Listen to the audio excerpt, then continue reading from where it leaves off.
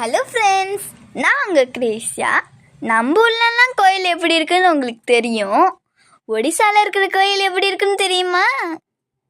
எப்படி இந்த கோயிலை கட்டியிருக்காங்க, எப்படி சாமி கும்பிடுறாங்க, வாங்க பார்க்கலாம். ஜெகநாதர் சாமி எப்படி உருவானுச்சுங்கிற கதையை தான் இந்த வால்லெல்லாம் பெயிண்டிங்காக வரைஞ்சி வச்சுருக்காங்க. இந்த கோயிலோட சிறப்பு என்னன்னா, இந்த 3 சாமி சிலைகளும் கற்களால் செய்யாமல் மரத்தால் செஞ்சுருக்காங்களாம். ஜெகநாதர் சாமி லார்ட் கிருஷ்ணாவோட இன்னொரு வடிவம்னு சொல்கிறாங்க.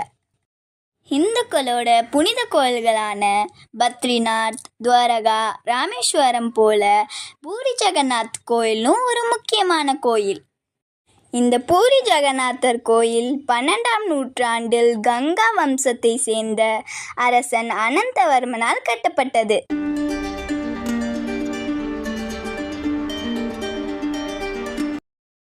வாங்க உள்ள போய் சாமி கும்பிடலாம்.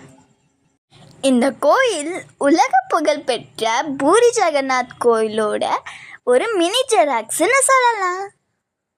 இந்த கோயிலோட ஸ்பெஷல் என்னன்னா, அந்த மேலே பறக்கிற கொடி எப்போவுமே காத்தடிக்கிற திசைக்கு எதிர் திசையில் தான் பறக்குமா. இந்த கோயிலுக்குள்ள ஜெகநாதர், பாலபத்ரா, சுபத்ரா அப்படிங்கிற 3 சாமியை சிலையாக செஞ்சு வச்சுருக்காங்க. ஒடிசாவோட கட்டடக்கலைப்படி ஒரு தேர் மேலே கோயில் இருக்கிற மாதிரி கட்டியிருக்காங்க. இந்த கோயில் ரொம்பவே பெருசாக அப்புறமேட்டு அழகாக இருந்துச்சு. நாங்கள் இந்த கோயிலுக்கு அடிக்கடி வருவோம். இந்த கோயிலில் வித்தியாசமாக 2 கையும் மேலே தூக்கி தான் சாமி கும்பிடுவாங்க.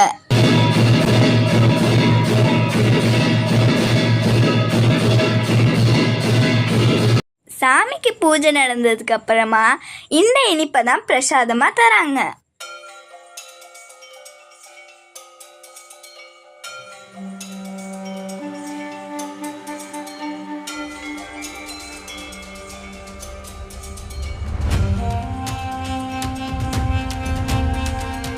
இந்த கோயிலை சுற்றி நிறையா குட்டி குட்டி சாமிங்களாம் இருந்துச்சு. அங்கெல்லாம் போய் கும்பிட்டு ஒரு தாத்தாட்ட ஆசீர்வாதம் வாங்கிட்டு அப்படியே கோயிலை சுற்றி பார்த்தோம்.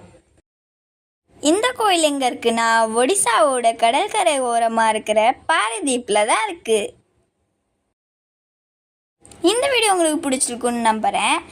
உங்களுக்கு இந்த வீடியோ பிடிச்சிருந்தா லைக் பண்ணுங்கள், ஷேர் பண்ணுங்கள், சப்ஸ்கிரைப் பண்ணிடுங்க.